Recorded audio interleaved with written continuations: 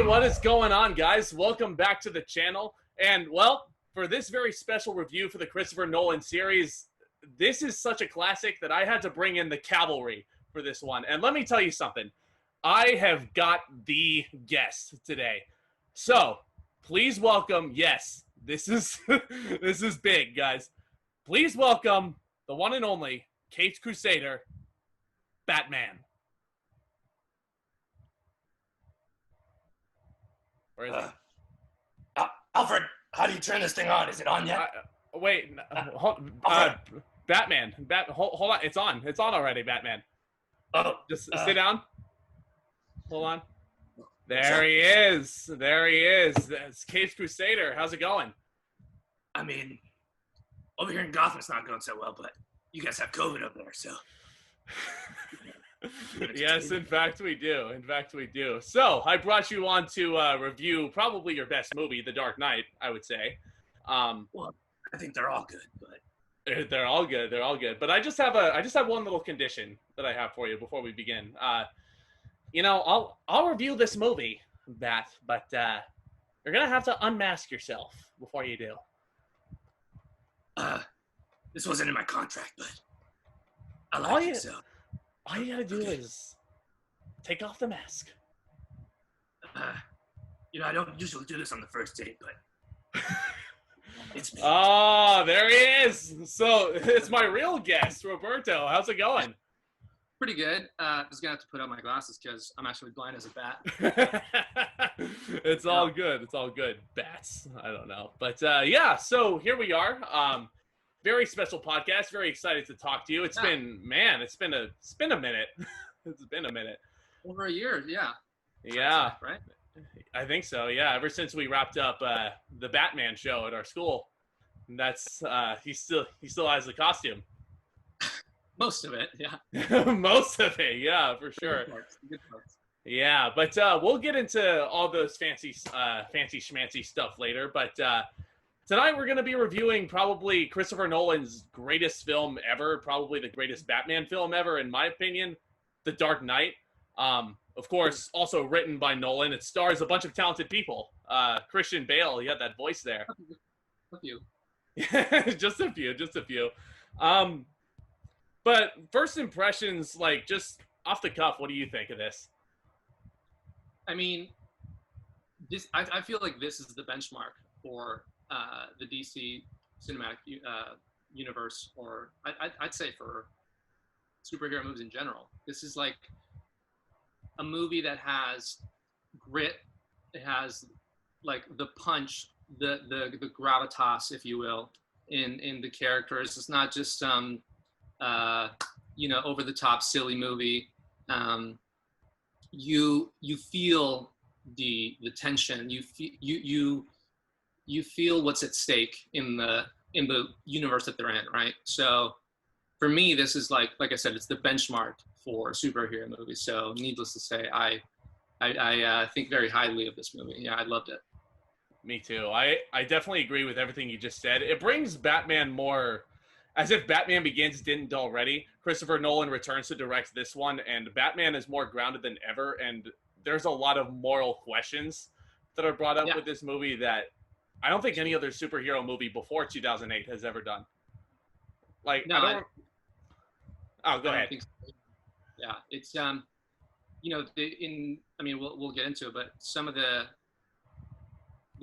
moral dualities that are at play here between Harvey Dent and the mind, I guess, just conviction to not kill anyone, right? And then you throw in the ball of chaos that is the Joker, and it's what do you do sometimes? It's a lot of moral questions, like you said. Absolutely, yeah.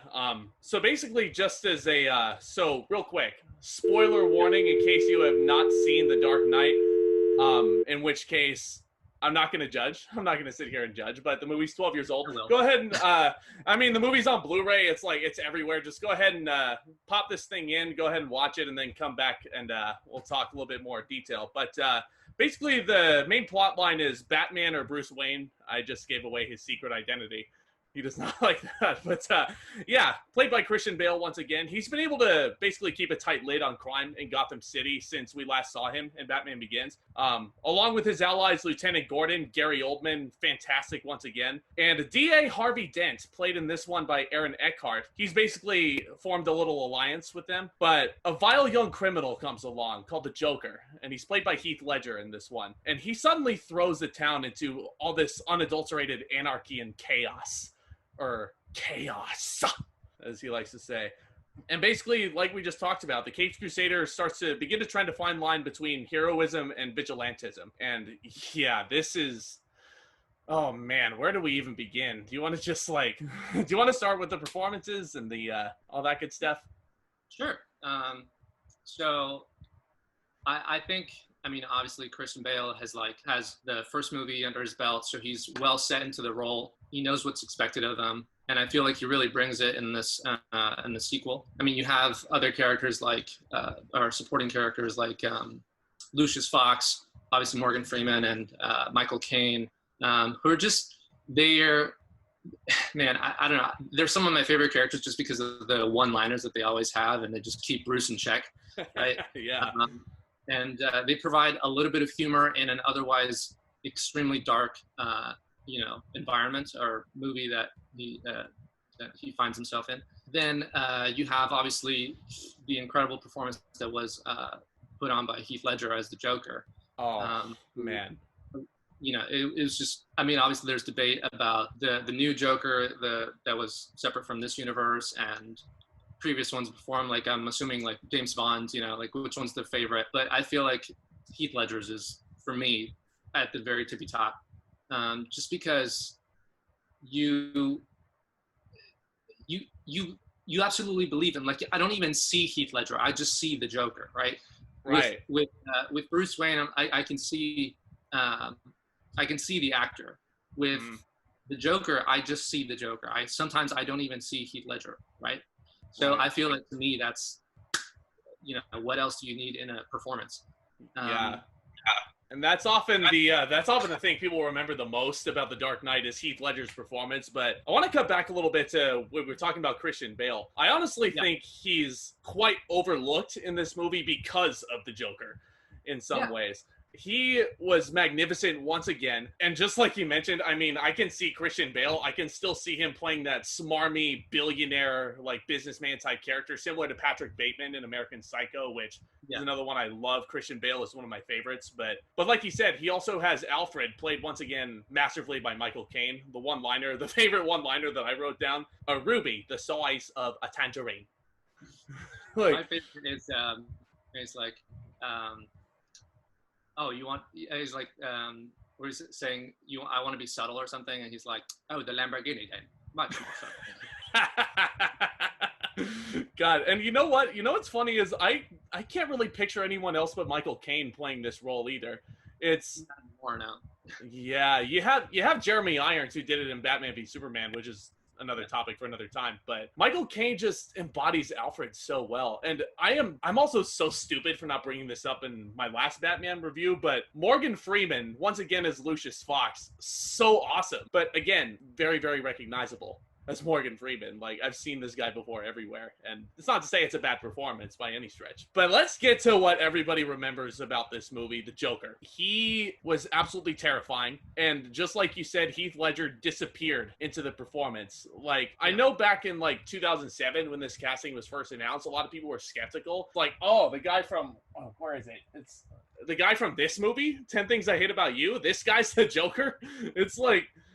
people were questioning it so much, and then they watched it in the theater, and they were just like, we were wrong the entire time. Heath Ledger brings such a unique level of deranged to the Joker that Jack Nicholson didn't bring in the Tim Burton ones. And Jack Nicholson's an amazing performer, but Heath Ledger just brought it to a whole nother level. There were so many memorable scenes with him. Yeah, of course. Jack Nicholson, I mean, obviously The Shining, right? That's like the epitome of a deranged character. So he's got it in there, but I guess just the direction that Tim Burton wanted him to go, it doesn't. I mean, it doesn't have the same psychopathic kind of vibe that Heath Ledger's has. And like I've said before, you know, you just believe it from the get-go. Like the opening heist scene where it's in broad daylight, you know, so you're all of a sudden you're like, okay, this guy cares not, you know, he doesn't care about any rules. He's just gonna rob this huge bank and blow up walls, crash through with a school bus, broad daylight, doesn't matter. He's gonna do it. And like Alfred said, or Michael Caine, you know, he just wants to watch the world burn. Then there comes that whole morality aspect into it again, where he, unlike the mobsters that, you know, he kind of pokes fun at, he doesn't care about money. He doesn't care about any sort of status whatsoever. He just wants to put some anarchy, some chaos into the mix, right? And just see what happens.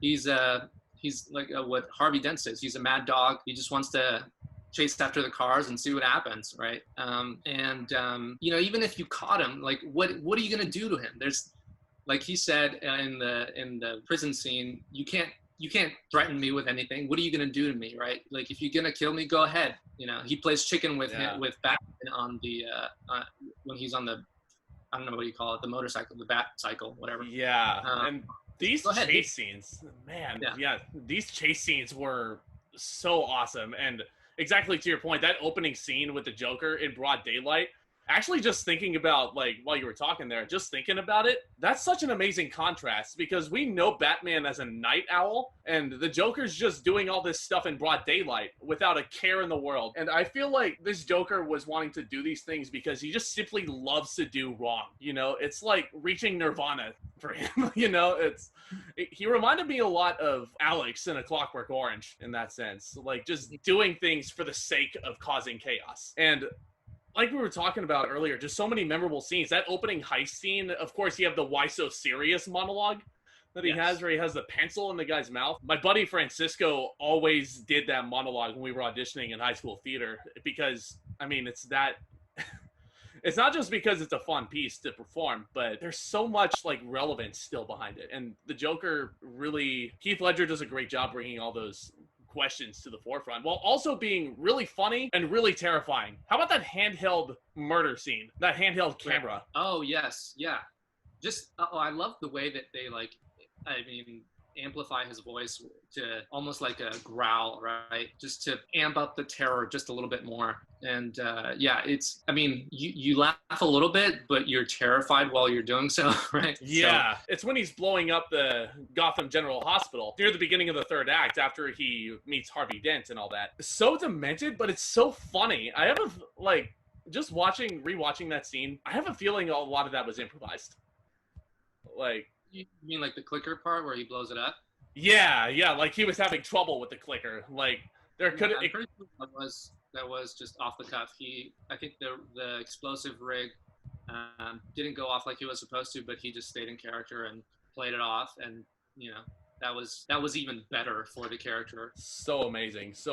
How about that climax that he brings on? He poses so many moral juxtapositions where, you know, he tries to put a mirror to the society that, you know, think, oh yeah, you know, if posed with a problem, I would always do what's right. Well, you know, we'd like to think that, but sometimes, you know, because a life is at stake in the case of Detective Ramirez or Officer Ramirez, where she was like, well, you know, they had my mother or something like that, you know, what else was I going to do? So your right and wrong go out the window as soon as, you know, things are at stake. And for the Joker, he's just like, wants to, again, just cause chaos and see how people are going to react. And unfortunately for him, in that boat scene, nobody did it, which was a good thing to see, right? Yeah. But yeah, it's still, I mean, even though they didn't do it, both boats, both the people in both boats were torn. Yeah. The guy that was like, you know what, you guys are wussies, I'm gonna do it, and then couldn't, right? Just because it's not so easy taking a life, right? And just all those moral the moral questions, I suppose, like the dilemmas that the Joker brings up. And that's honestly another really terrifying thing about the Joker in this movie.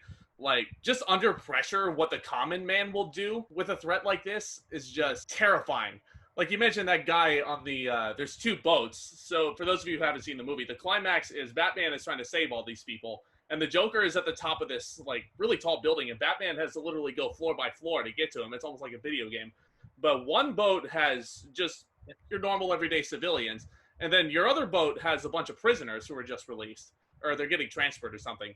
And the Joker is like, listen, each boat has a detonator. Whoever sets it off first blows up the other one, and then the other one just goes off and gets off scot-free. If nobody does it, I'm going to blow both of you guys up, and all of you will be dead. You know, just all that, just, it's just a white-knuckle climax for sure. I can't praise this movie enough, obviously, but he's not the only villain in this movie.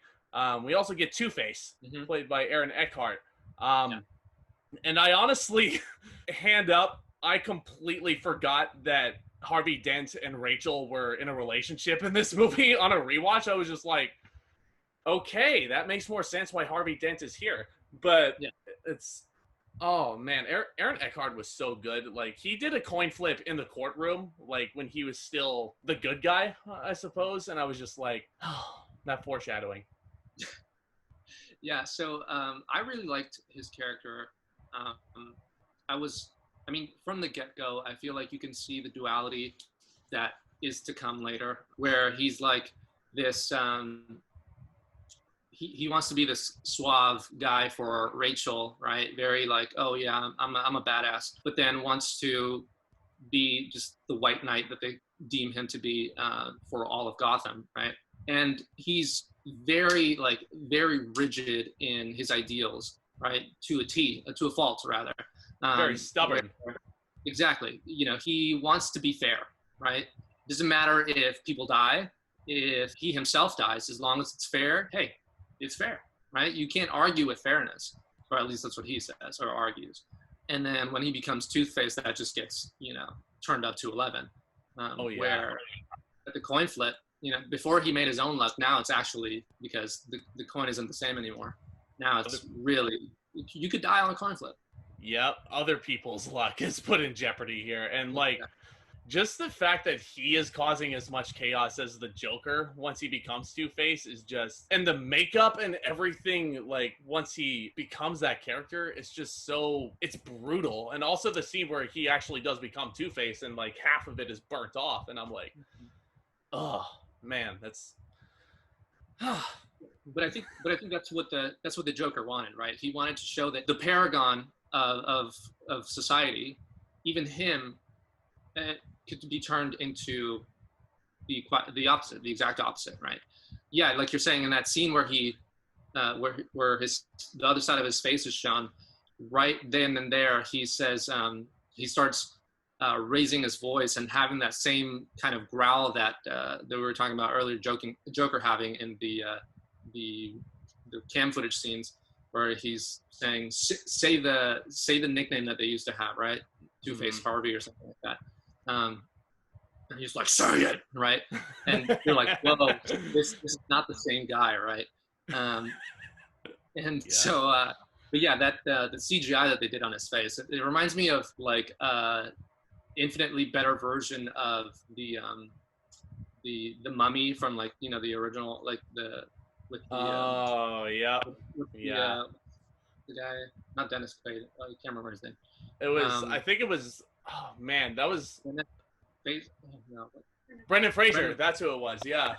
It was... Yeah. So with that, where the Mummy has, like, you know, all this, like, you could see the strands of muscle and stuff like that. It's pretty cool. But obviously, much higher quality here.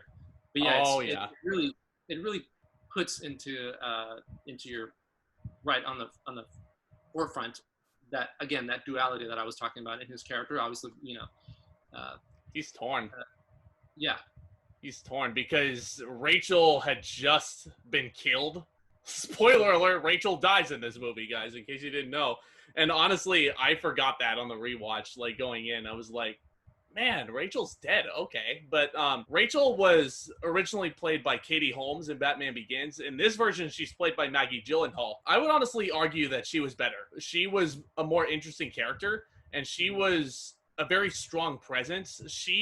That party scene, I think, is my favorite scene with her, where she literally stands up to the Joker. And the Joker was like, "Oh, you're a feisty little one, aren't you?" And then it leads to one of my favorite handheld fight scenes in the movie. And Batman comes in and he's like, "Then you're not gonna like this one." Like, yeah. Then I love it when he says, he's like, "Let her go." It's like, oh, really? That was a poor choice of words. Like, Oh, so great, so great. I love that. You don't want to hurt the kid, Harvey. Yeah. Like, what's your opinion on the voice? Like, I know there's a lot of people that find it distracting, but I wanted to get your thoughts on it. I think, I mean, it's what's a different way to conceal yourself, right? Because I mean, you could go the Superman, like, oh, you know, pair of glasses, and all of a sudden I'm Clark Kent, right? So that's just it's too far. I mean, I guess if you have to suspend your disbelief, where, you know, a universe where people have superpowers, it's fine to just be like, well, a pair of glasses can hide your identity, but you know, he's around all these people that. I mean, I guess they don't see the super billionaire day in, day out, so they're not going to know him by just the bottom half of his face. But I think it's, you know, a pretty. I don't mind the voice. I see why they did it. Yeah. Sometimes it gets a little goofy. You know, because it's not consistent. Sometimes it's a little more akin to his normal speaking voice, and then sometimes you just with like the lips, kind of like I feel like he inspired Kylie Jenner to do the lip challenge, where he's just like, what, you know, like.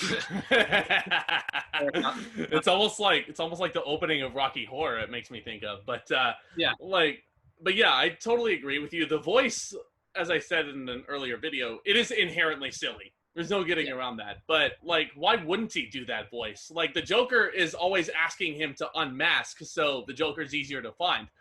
But Batman can't do that. He can't really reveal his secret identity to put the people he loves in danger, or whoever he has left to love. But anyway, it's like the voice kind of had to be there. Because, like, if he just talked with his normal voice, it would just totally give it away. I mean, I feel like it, you know, kind of makes him sound a little more or the aim was to make him sound a little more mysterious, a little more threatening, dark, gritty, right? Insert a bunch of synonyms here. But yeah, I think, you know, it achieves what it was meant to do. It's not. Could there have been a better voice? Maybe.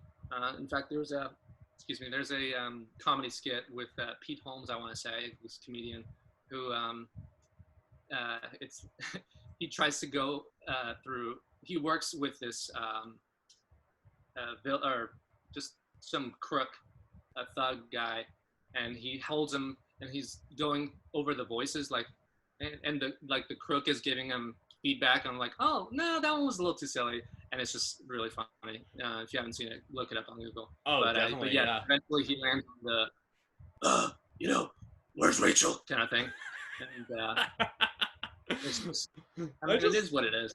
Yeah, I love the voice though. It's just like, and we'll talk about it in a little bit on the podcast. But it's as far as the movie goes, I mean, the action scenes and the direction and the camera work, this is a beautiful, beautiful looking movie. If a superhero movie could be called beautiful back then, I mean, you have the Raimi Spider-Man movies that came out, but I don't even think they reached this level. These were so amazing. Christopher Nolan directed the shit out of this movie. I don't have any qualms with saying that. The writing, spot on.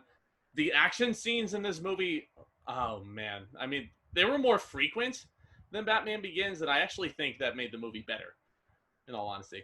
What do you think? Well, I mean, I absolutely love the tone, right? Just the way that the tone progresses throughout the film is great. Visually, it's stunning, like you said. Just the lighting and how during like the chase scenes when they're transporting Harvey Dent, how they just use the street lights to give this like gloomy ambiance. Yep. I love it. But yeah, the action scenes, yeah, they're amazing. That one in particular where they flip over that semi truck, you know what I mean? That's just the effects are super cool.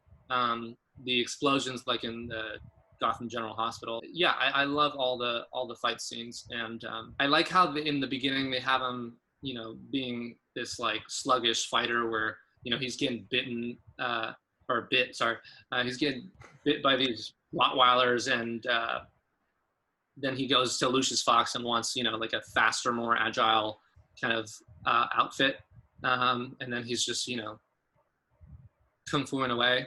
Kung fuing away. Yeah. Yeah, I think the fight scenes are great.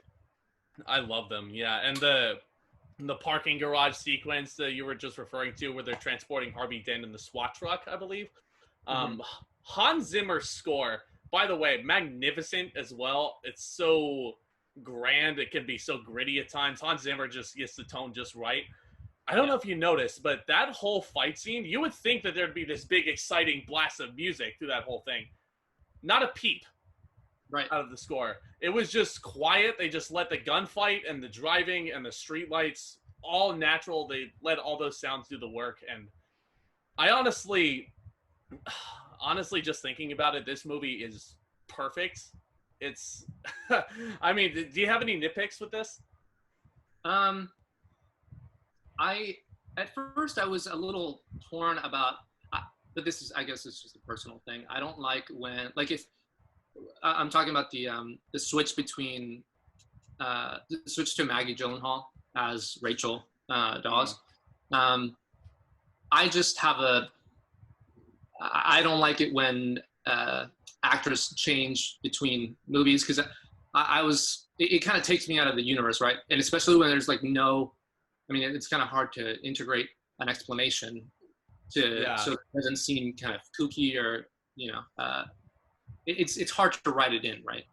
Totally. But when there's just no, like even a wink kind of nod to the people that know, the audience that knows, it just kind of takes me out of it. But, I get that it's hard to schedule actors or whatever. It wasn't a decision that was made deliberately. It was kind of a reaction to some outside stuff. But yeah, like you said, Maggie did a pretty decent job. So it wasn't like it was a bad move. It was just, I don't know, it kind of takes me out of it. Yeah. But yeah, like you said, there's not a whole lot to nitpick. The acting is great. The pacing of the storyline is great. The cinematography, just the visual lighting and all those aspects of the movie are fantastic.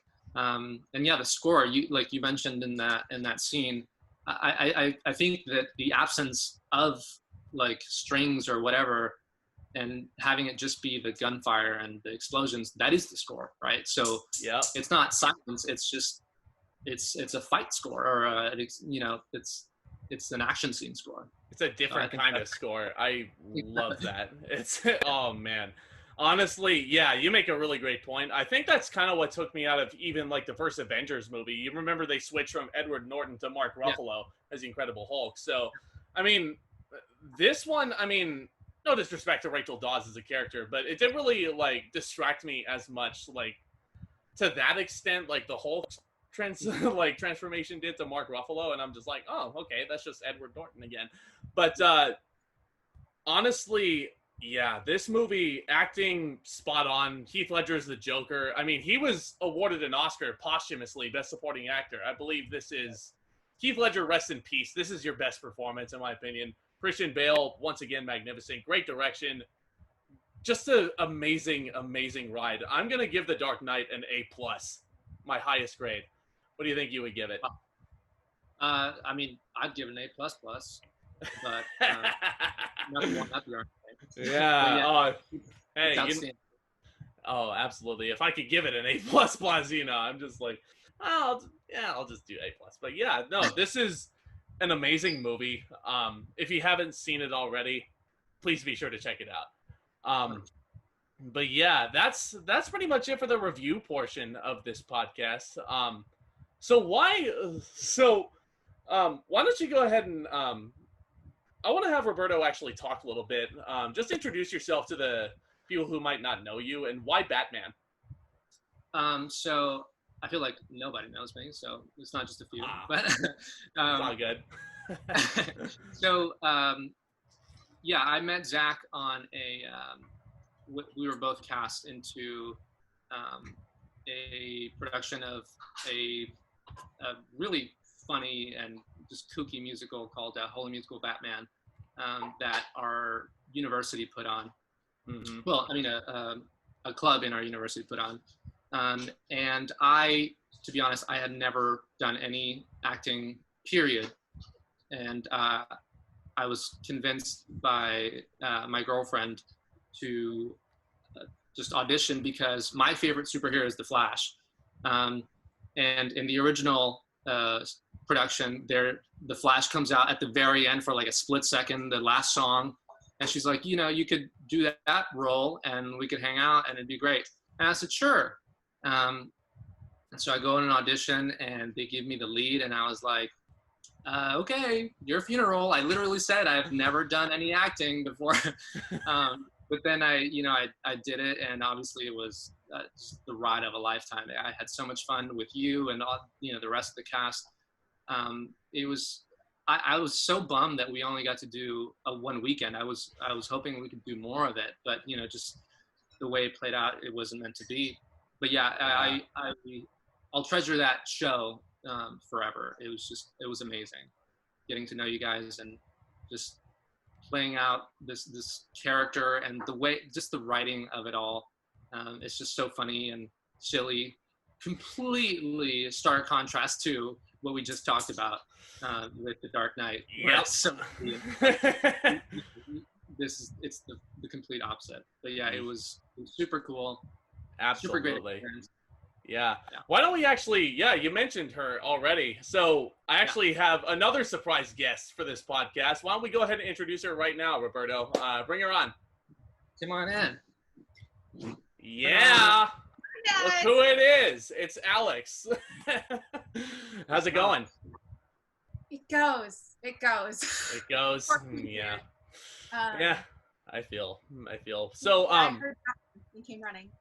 Oh, there you go. You came running. Yeah, no, I saw it. There you go. So, why don't you just go ahead and do the same thing? Introduce yourself to the people who might not know you, and yeah. So yeah, I met Zack at San Jose State, and this one to do Batman, and he got the lead. And Worked out. It worked out though. He killed it. And I got to be Candy, who's pretty much Harley Quinn, to Zack's Sweet Tooth. He was the Joker for all intents and purposes, but he made candy puns. Oh man, yeah. So just to preface this real quick, we're about to get into a little bit of a, I don't know how no holds barred this is gonna get. We're gonna kind of wing it, just kind of get a flash from the past here. But the three of us connected mainly doing a show called Holy Musical Batman at our school. Now, for those of my viewers that are thinking, "Oh my God, Holy Musical Batman, that's what Star Kid did," you would be right. However, Warner Brothers holds the rights to this character, so even StarKid had to switch up their name a little bit to have the @ sign instead of AT, cleverly enough.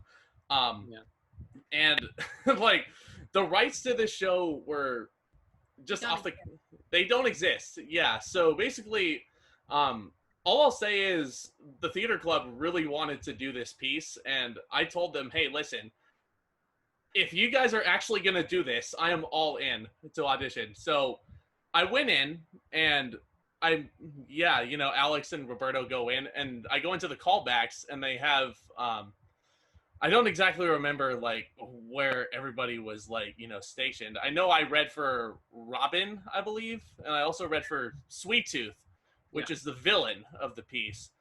So the whole joke, can you guys explain like the whole joke behind this show and like, what it's paying homage to, really?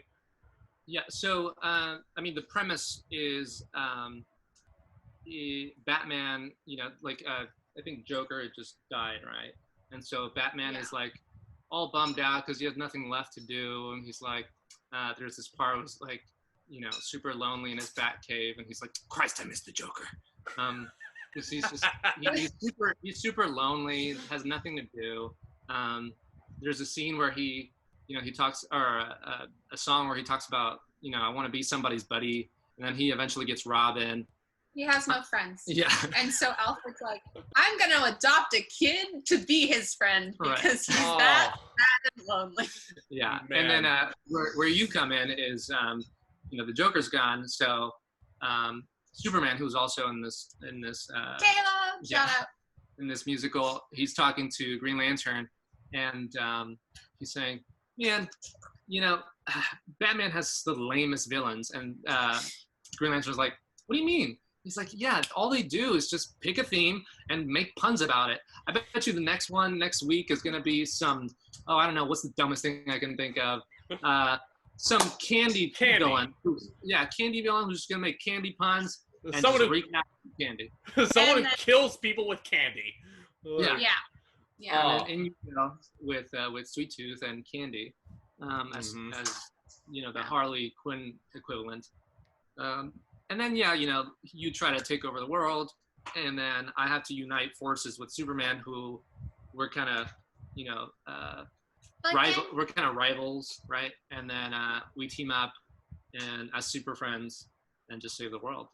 Absolutely. Yeah, you hit the nail right on the head. If this is to my viewers out there, if this is all sounding like some cheesy 1960s Adam West, the Batman cartoon, you'd be absolutely right.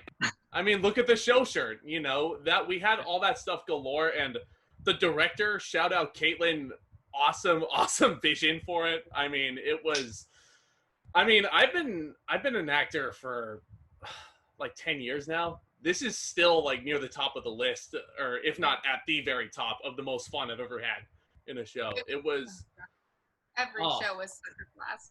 Wait, Zach, show him the bottom of the shirt, because that's yeah. Here, the joke on the show.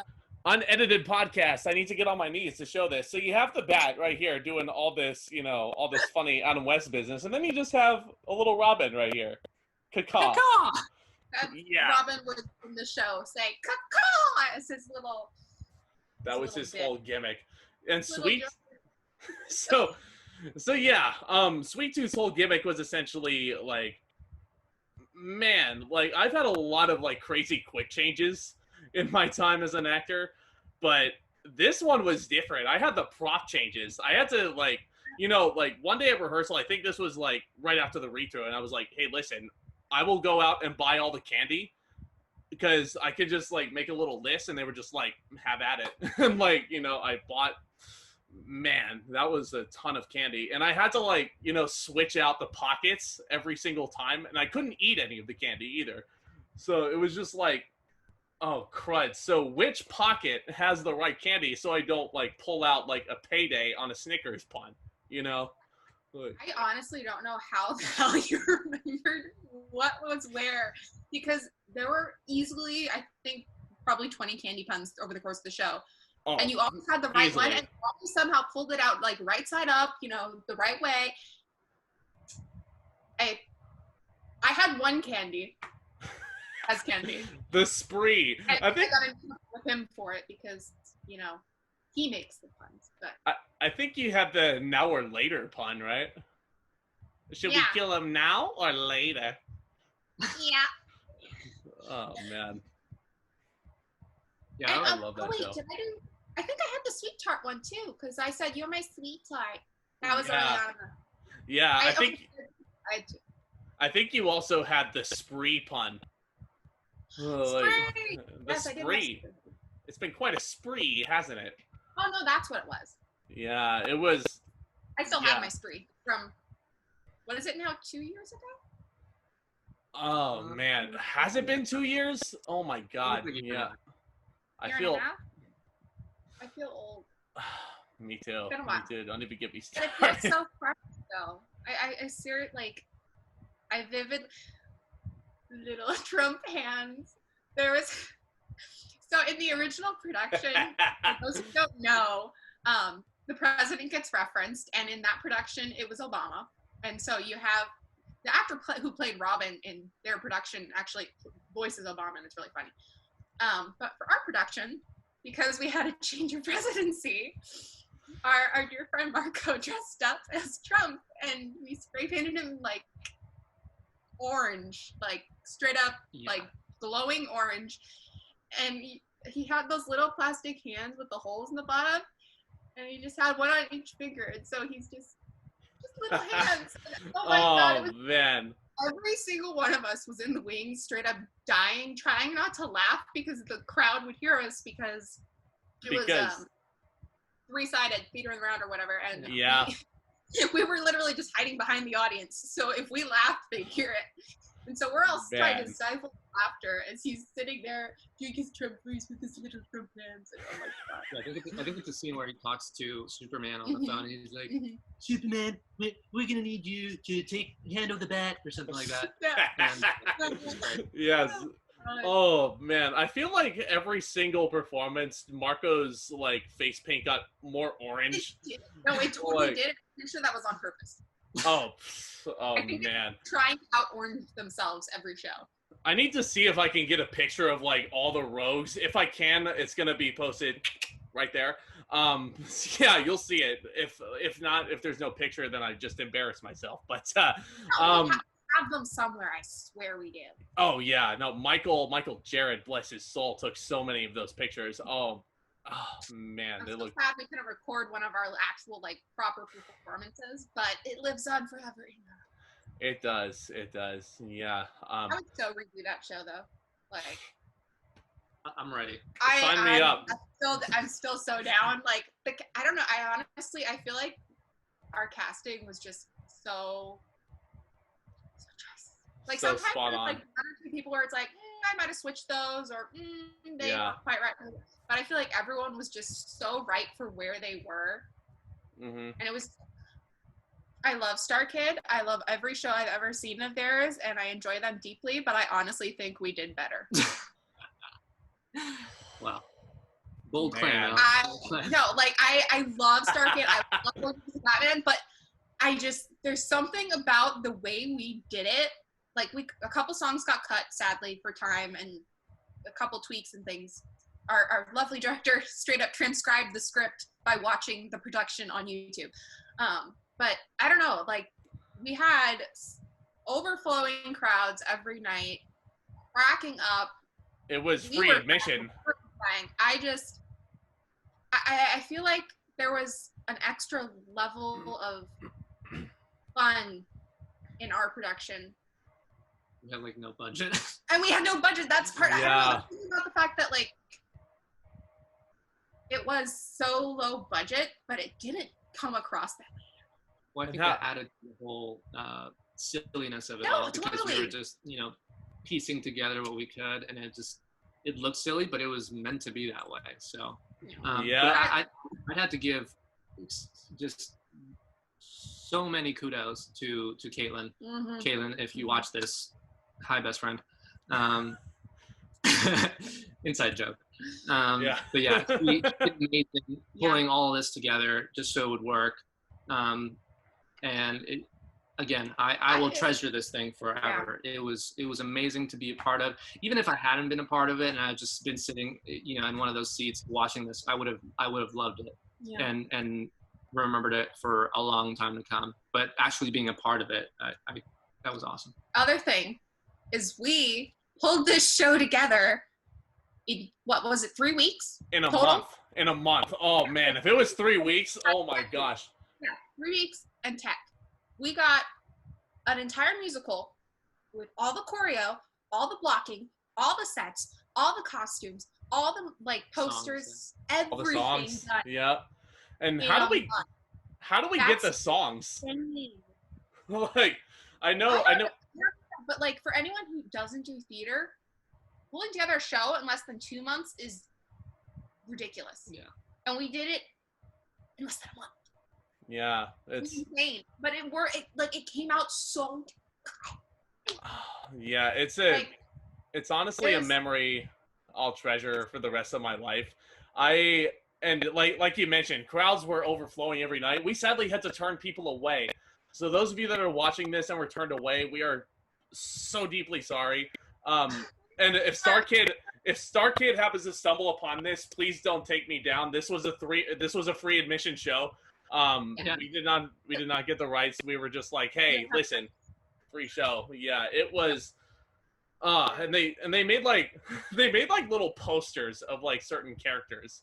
Oh Also yeah, for we the gotta thing. notice about them. I forgot. Oh yeah, Absolutely. Amazing. Just The little every single character- aspect of the show was No, great. it was just so good.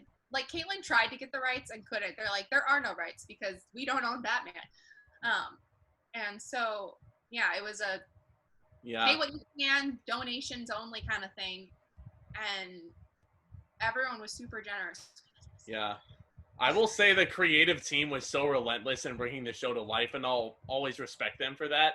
Oh man, that wig that I had too, and I'll like, and yeah, in case anybody's curious, there's a picture of it, and I think like the best picture is probably the one right here with Erica as the Penguin. I just kill her with a lollipop. But oh man, and I had to get that wig on because I was also playing one of the gangsters that Batman was beating up on, and yeah, there were times where I had to ask Alex for like help on the jacket and all that stuff, and like, yeah, it was mad chaos back there, but it's the good kind of chaos. And like I said, just the candy. Do you guys remember the cast party? Where we ate all the candy. Yep, I have never been more satisfied with a cast party. Like, Just kept it on the table and said, "Eat it." yep. So I was, yeah. Oh, yeah. Just to preface this, yeah, like I said earlier, I could not eat any of the candy. Nobody could eat any of the candy for the whole run. So I don't know how healthy we were after this. Like, if I got anybody sick with the candy, I'm sorry, but I think so. all right. But basically, I had the candy in this giant, like, reusable grocery bag. And, like, we arrive at the venue after closing, and it's like, I say a few words, and then without anything else, I just a big explosion of candy, and I'm just like, yes. You know, And it was gone more or less. Like, there were a few things, like, you had a whole bag of sweet tarts, and I swooped that because we didn't finish them. But, like, most of the candy was gone. People were very happy to finally be able to eat it. Who's gonna say no? Oh, yeah.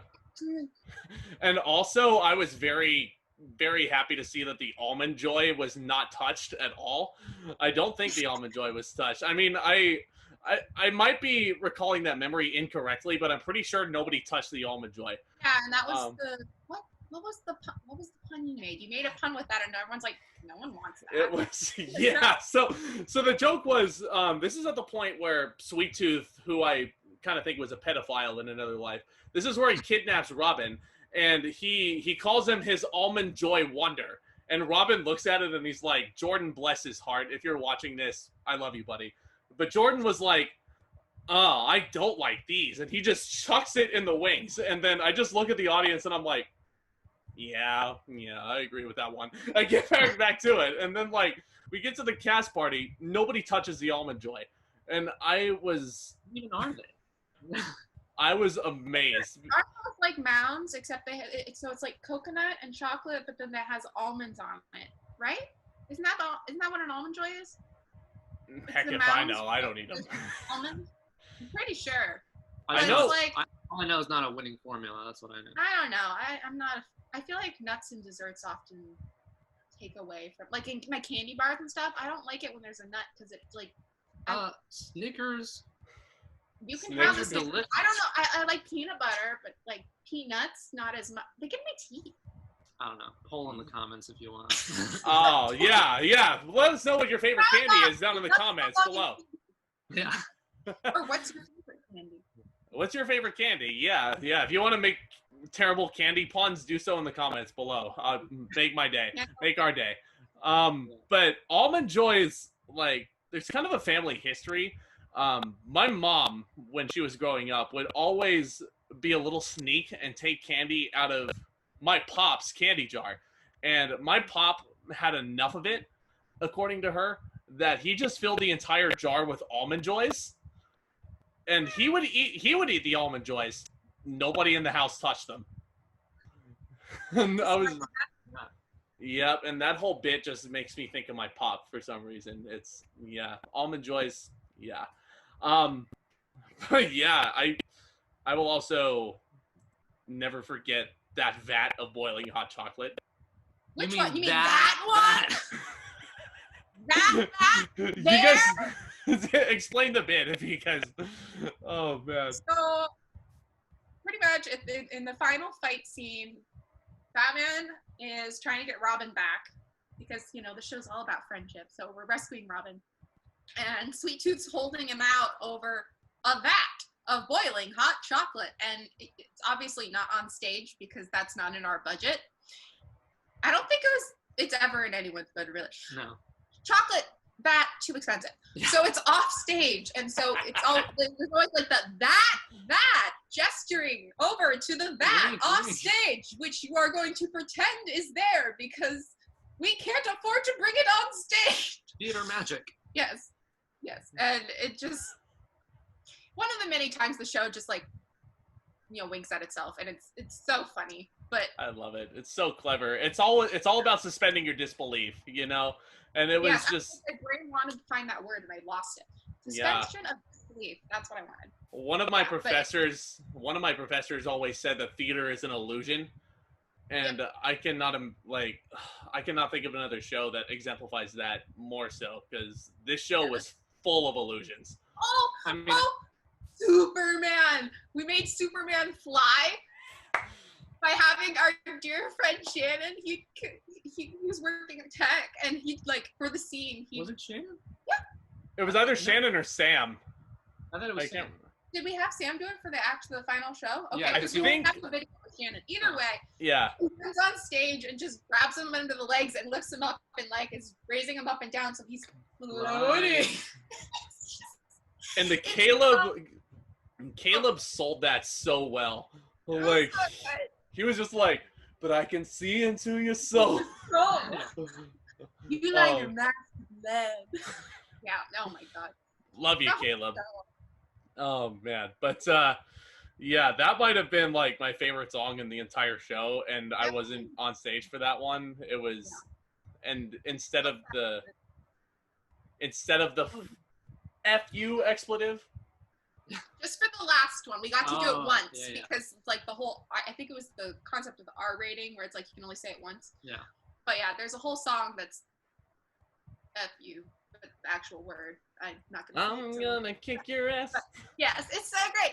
But we changed to "screw you" until the very, very last one, and then we said it. But in the OG show, which you can watch on YouTube, go watch Star Kid. They are great. Mm-hmm. And there's a lot of swearing, and it's hilarious. And there is an iconic shot, I'm pretty sure I can find it, but of Roberto's exit from that scene. He throws up the double bird after the FU. I'll throw it down. Oh, yeah. Yeah, a little mic drop. Yeah. A little mic drop. Did you have a mic or did you not? No, it's just Okay. that's the kind of attitude that I was going for. I was like, I didn't remember you having a mic, but No. yeah. Yeah, you kept your mouth. Were we mic'd? Huh? I don't think we were mic'd. No, we were not. Okay, No. yeah. I was thinking of Spelling Bee, but yeah. Spelling Bee we were mic'd last year, but Yeah, for Batman we didn't. I think just because That's why my voice people were suffered. yeah. I have to do this so that everybody can hear me. well, you did it very well. Yeah. He did it, yep, and he did the whole thing in the raspy voice. Sweet Tooth, no, don't throw Robin into that bag. That! Yeah. Yeah, I am now falling into that vat of boiling hot chocolate. Oh no! I just stopped to do that vat, and then I just keep going. Yeah, because it's Batman. You can do that. It's Batman. Anything goes. But yeah, so the stage combat that we also had. Yeah, I was just thinking of that. Like when he gets yeeted around the world. Oh my! Do you remember that? Yeah. Yeah. Like we had a little dummy version, and so Superman throws him off one wing, and then the dummy comes flying in on the other side. Then he picks him up and is like whacking him back and forth because obviously we don't have the budget to make it him. Yeah. Yeah, I remember the shattered tibia scene at the beginning. The tibia. The tibia. Oh wait, we did swear twice. Yeah, we swore a little bit. So then we passed the R rating. Yeah. Shattered tibia. I don't know. Like I said before, I hadn't acted before, so I was like trying to sell the blows as best I could. But I think I was supposed to like playfully smack you, and He smacked me on it. A Like, little bit. it wasn't that. Yeah. It's okay. We Yeah. were doing a show. Oh, Of course. Yeah. I took a beating in that show, honestly. You Like did. it was it wasn't so much so that like I was left with bruises or anything. Like there were a couple of times where I think like somebody in the wings was asking, "Zach, are you okay?" And I was like, I'm fine. You know, cuz honestly with all entertainment, of course, especially right now, safety first. 100%, COVID or not. But like they were just looking at me like, "Zach, you jumped at a height. Are you okay?" And I'm like, "I'm fine. I'm good. Let's keep going." Yep. Yep. Adrenaline. Yeah. There's anybody who's never been in a show before and is watching this, there's absolutely nothing like it. It was funny because like I was at the callbacks and I saw Roberto go up and he do the Batman thing and I was like, I think this guy's gonna be Batman. Like, you know, like I was looking at like everybody else and like trying to see like, okay, like where are people going? Where are people going? And I'm like, he's gonna be Batman, isn't he? And like, sure, lo and behold, like there it is. Thanks, I appreciate that. I was just like, because there was a little audition for him, and I thought they were gonna, you know, again, I had never been to an audition before, so I thought you're gonna write in who you're auditioning for, and I was gonna write in Flash, but then I was like, oh, there isn't a line, and then you know, I look at the cast list and I see my name at the top, and I'm like, what? is there must be a mistake here? This is a typo. Yeah, a very long typo. Right. Sure enough, it wasn't. We all, I think the show, Alex mentioned it earlier, cast perfectly. Man, Sweet Tooth is, I don't know. Sweet Tooth was essentially like, it was like two of like my film dream roles like all rolled up into one. Like Willy Wonka and Jack Torrance from The Shining. If they had a secret love child, you get Sweet Tooth. You know, because he is so deranged, but he's so obsessed with candy. Like he has the freaking like, oh, Caleb made that freaking like Christmas cane, and I was like, mad props to Caleb, by the way. Nice pun, because he made the props. You know what? He made the cowl that you saw earlier. Yep. He made my candy mallet, which it's like a Tootsie Roll Pop. Because you know Harley always has her mallet, but I don't have it here right now. But it has a big gumdrop on the bottom. It's great. I love it. I still have it. Totally. So what was your guys's like? Do you guys remember a time where we just like screwed up? Like me. Oh yeah. I think my favorite blooper that happened was with the penguin, and he had these like fake flipper glove things, which made it very hard to do anything. And he was trying to reach into his jacket pocket to retrieve what candy was it? Gushers. Gushers, yeah, because they were gonna like, you know, he was gonna blow himself up by eating Gushers, and he couldn't get them out of the friggin' pocket, and he had to ask Batman for help. Yeah. And so I, you know, the show must go on kind of thing. So I was like, man, this bit is taking forever. And then people are just losing it. Did you actually say that? Yeah, I said that. This bit is taking. I love that. The grit. Yeah, I definitely took some liberties with the script. I don't know. Again, it worked. New acting. I don't know if you're supposed to do that. I think you're not. No, you're not supposed to do that. But usually, no. Yeah. What are they gonna do? Because the authors get Fire upset. me. Yeah, it's like, I mean, like, if it's a show like Urinetown, right? I'm gonna keep to the script word for word. But if a show like this is welcoming like the improv of it all and just the silliness, because do you guys remember the first rehearsal that we had? Like aside from the read-through, it was just all improv. Mm-hmm. We just played improv games the entire time, and the director, smartly enough, was like, "This is to get you guys accustomed to these situations, just in case something like the story Alex just told happens on stage. That way you can adapt." you know, and that was one of the most fun rehearsals I can remember. Like, I just lost my biggest blooper or thing that I remember is this is for the matinee show, I believe, where I think where the climax is building. One of the scenes, Robin and I run out from the wing, and my cape here got caught on like the ladder or wooden structure that was behind us, and it just completely ripped it off, right? And so I was like, yeah, it's Batman with no cape, you know, because he's lighter, more aerodynamic. No cape. Yeah, no capes. Yeah. Yeah. Oh, the bat. Yeah. So Caleb, again, master prop builder. He built me a like, it's almost like a foam swimming tube bat plane thing. Same energy. That was like held on to my body by like suspenders, and I just, you know, just to sell it. It was amazing. He told me I could keep it, but I'm like, where am I gonna put this thing? We should have kept it and made a chandelier. Maybe, yeah. They still I don't know. But anyway, so I use glasses, as you can tell, and I can't wear them while I'm wearing this thing. Yeah. And I didn't have contacts. I probably should have gotten them. And everything's dark, right? And so in one of the changes, I have to have this huge bat plane thing, and then I can't see. Everything's dark, and I have to squeeze through this tunnel thing under the seats. And I mean, I have like horns that go, so I know where my head is, but then I don't take into account the horns. And then I'm like running to get to my place, and I don't see this beam that's like, you know, a part of the tunnel, and I just plop my head, and I'm like, I hit my head so hard, but in the moment I was like, oh, tell me that the cowl is fine, you know, like I'll recover, but as long as I didn't damage the cowl, luckily it's fine. But yeah, I took a hit, and I still made some place in time, so I'm proud of myself for that. But, mid condition still. Exactly.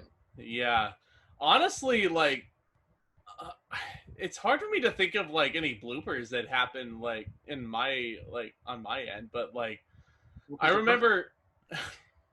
I'm not perfect. There's been so many instances where I've screwed up, but this was like, because like you said, we only had one weekend, and so I was just like, I wish we had more, but I mean, such is life. I think they were starting off in the Heights shortly after this, but yeah. There was. I think in the that Heights was it. but there was another show, not in the Heights, a play, I think, that was supposed to be in the space that next week. It was. Oh man, what was it? It might have been As You Like It, actually, because I was in that one too. Yeah, it might have been. Yeah, it might have been that one. Yeah, but anyway, yeah, I don't know. Yeah, it was. Sure. Yeah, and there was a point where it was like there's two entryways to get in, and there's a little floor on top, and I believe that's where they had the orchestra for when they did Rent a couple years before this. I could be wrong about that, but basically I was blocked to be on top of one of those things, and I was like, you want me to do what now? Like deliver my news spiel, like the Joker, like handheld, like camera type scene where he sings the Willy Wonka Candyman song, and like, God, yeah, Sweet Tooth is deranged. Go ahead and watch Jeff Blim's like highlight reel on YouTube of the role. It's just to give you an idea. He was so cool. But yeah, so I was standing on top of that thing for the first time, and I was like, oh my God, am I gonna fall off? Like, I mean, like, I didn't think. I mean, and like, I got on, and I was like, this isn't bad. I could do this. You know, it was just a case of like, I'm just a guy that overthinks myself, and I'm like, yeah. And they put up railings. It was fine. But that scene with the whole Candyman bit and then coming down those stairs with Robin at the bottom, I kept catching my stupid heel on the stupid fishnets because I had tights and then I had the fishnets over them, and the fishnets were really, really loose. And at one point, actually, I think pretty much every show, I would catch them and tear them, and then I'd have to repair them and then rewear them. That was a lot of timing unintentionally. But I straight up almost fell one of the times onto you or Robin or both. I can't remember which, but I saved it. I don't think anyone. I don't Those remember the fall. Yeah, it was So I must have caught myself enough, but I definitely like saw my life flash before my eyes at least one show. Yeah, those stairs were, I mean, like you said, there was a railing, but they were tricky nonetheless. Like in the last song where I had to go to the tippity top and then Do a pirouette. Yeah, do a pirouette and then come back down real fast to get back into the part of where I was supposed to be, blocked. And so I have to do a pirouette, and I have this huge cape, and I have to go down like 6 or 8 steps, like super fast to get to the spot. Yeah. It's they were tricky. Yeah. Yeah. Tricky steps. It's just those dang fishnets. I think I would have been okay, but they were just loose enough that like as I'm walking, my foot would catch and then it'd jump, and that's how I almost. Yeah, yeah, our costumes were so incredible. I love it. Yeah, and you guys are seeing a sample of it right there. But it's yeah, we were, man, I felt so I mean, I hate to say it, but like I felt really cool like wearing that like Oh my gosh. So cool. We spent so long digging up to find your jacket, like the right jacket for Sweet Tooth, and had the right energy and pockets. And I remember like a pockets. Yeah. And I remember finding that one and we were like, yeah. We just gotta see if it looks good on Zack, but if it does, this is the move. Yeah. Wait, was that the case of like where the jacket didn't have pockets? Like, and you found that out afterwards, or was that? I thought it had some, at least on the outside, but I think we still more got added on the inside because you had so much candy. Yeah. Like we mentioned earlier, at least 20 different puns. And like and Roberto actually got to do one too. I'm gonna crunch you in two. Yeah. Like well, I didn't have candy though. I just said it. No. Yeah. It was interesting because like I bought a crunch bar and like I brought it into rehearsal and then they were just like, nope, Batman's not gonna pull out the candy, and I'm like, well, why not? Like, maybe I could have pulled it out of your pocket. That would have been cool. Maybe, yeah. Might have been I don't know. Might have had something to do with like the stage combat or something, and like. But then, I think that wouldn't work because you say that and you're like separated by the stage, so you'd have to like run up to him, reach in his pocket, and be like, I'm gonna crunch you in two, and then back up because you're not gonna fight him yet. Yeah. That might have been it. Yeah, I might be remembering it wrong, but yeah, it's not like I had an issue with it or anything. I just thought it was interesting that like he made the pun and he just didn't have the bar to go with it. But I think what happened is I bought the crunch bar and I just ate it when they said they weren't going to use it. But I was just like, because like what else are we gonna do with it, right? Like, yeah, just leave it, But yeah, Holy Musical Batman. Do you guys have any other lasting thoughts about this show or like? Do you want to go first? No, you can go. I was deciding what to say. Okay. I can talk about the show. Yeah, truly. But personally, just to reiterate my thoughts on the show as a whole, my only theater production ever. So it's my favorite one. But yeah, it was an incredible show. Like we've said already, an incredible cast. Every part of the show was amazing. Angela with the costumes, Caleb with all the props, Caitlin with the directing and just wrangling all of us to make it work. And just personally, like I said, I had never done anything like this. So just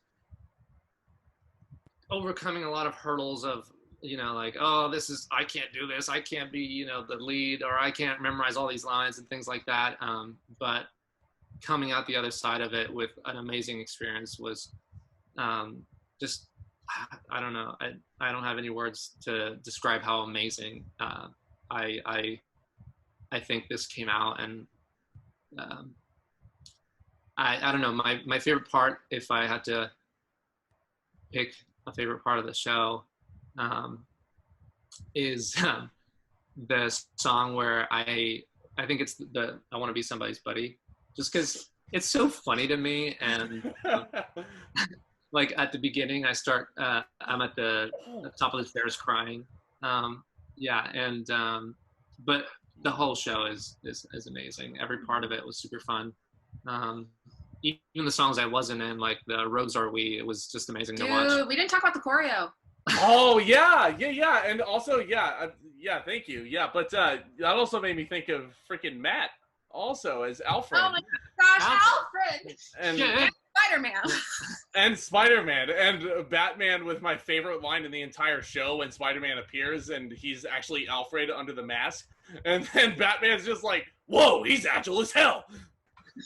Like, Really awkward roll across the floor. he just does, and Matt's just sitting there. He's like doing. I love Matt to death. He's like doing like a pirouette, like and like doing the Spider-Man thing, and I'm like, Yeah. God bless his heart. But yeah, the choreography. It was you and it was Erica. Yeah. Yeah, and it was, oh gosh, that was such a blast too. Like Rogues Are We, that's a particular song with my baby. Because one, I got to be in it, and two, I choreographed it, and it was so fun because I pulled like dance moves straight from the '60s to really channel like the 1960s Adam West. Yeah, and because the song kind of has that like funky vibe to it. It's got like the hippie vibe almost. Like, Yeah. come on, man, let's do the villainous stuff, you know? Yeah, Like, but it was super cool because we also, the way our stage was set up, we had like a ramp in the middle, and so we got to play with levels a little bit doing the routine. And it took a little while to get it right, but I think it looked really and like yeah. all of our routines, I think we had a lot of fun doing the choreo, both like choreographing it, but also like doing it. I think everyone was having fun, which is the most important. Me too, yeah. And honestly, yeah, right to the point, yeah. Holy Musical Batman, even though so Star Kid, all the credit to them for the inspiration. And it probably will always remain one of the most fun theater experiences I've ever had. And I have no one else but the crew involved. Caitlin, the director, for choosing me and trusting me with that, and the entire cast, Roberto and Alex included. It was a fun ride. And just a quick reminder, I feel like I'm talking like this is the end of theater. It's not. Theater's gonna be back.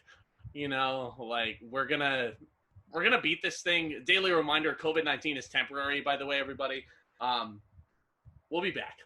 It's fun to pause and reflect like this, though. But do you guys have any other lasting thoughts? Anything you guys want to plug? I don't know.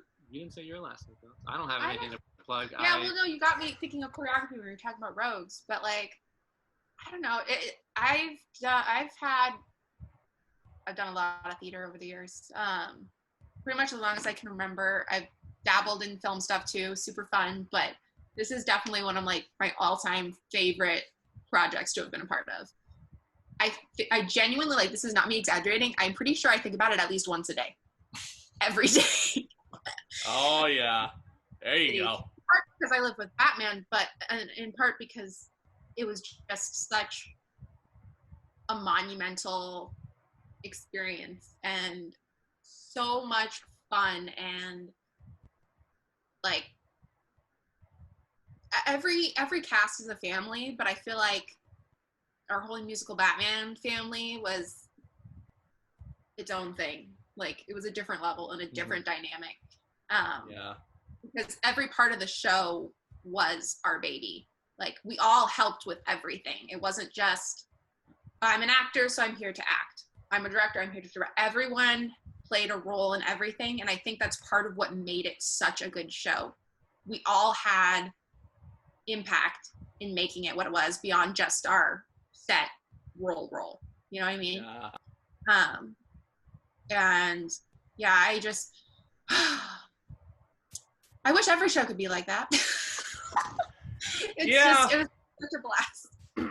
I'm gonna like keep my opinions reserved about that much, but yeah, it's amen to that. I mean, the cast, the crew, theater's collaboration. That's what it is. You know, this really felt like one gigantic team really coming together as one community to bring something awesome everybody in something fun in those times, because this is like, I don't want to get political or anything like too deep, but this is a year into Donald Trump's presidency, and it was something to kind of like distract everybody from that kind of thing, and we just made 45 look like the worst human being possible. We just made him, oh man. I'm sorry. I take such joy in that. But anyway, yeah. But Distracted as Marco though. Like even Marco covered in orange with tiny hands. Legendary, if ever there was a definition for it. But guys, thank you so much for joining me on this podcast. This has been such a fun blast from the past. To all my viewers who have made it this far, thank you so much. Feel free to give the video a like if you haven't already, and feel free to hit the subscribe button on your way out. Oh, yeah. With all that being said, guys, back talk commenced.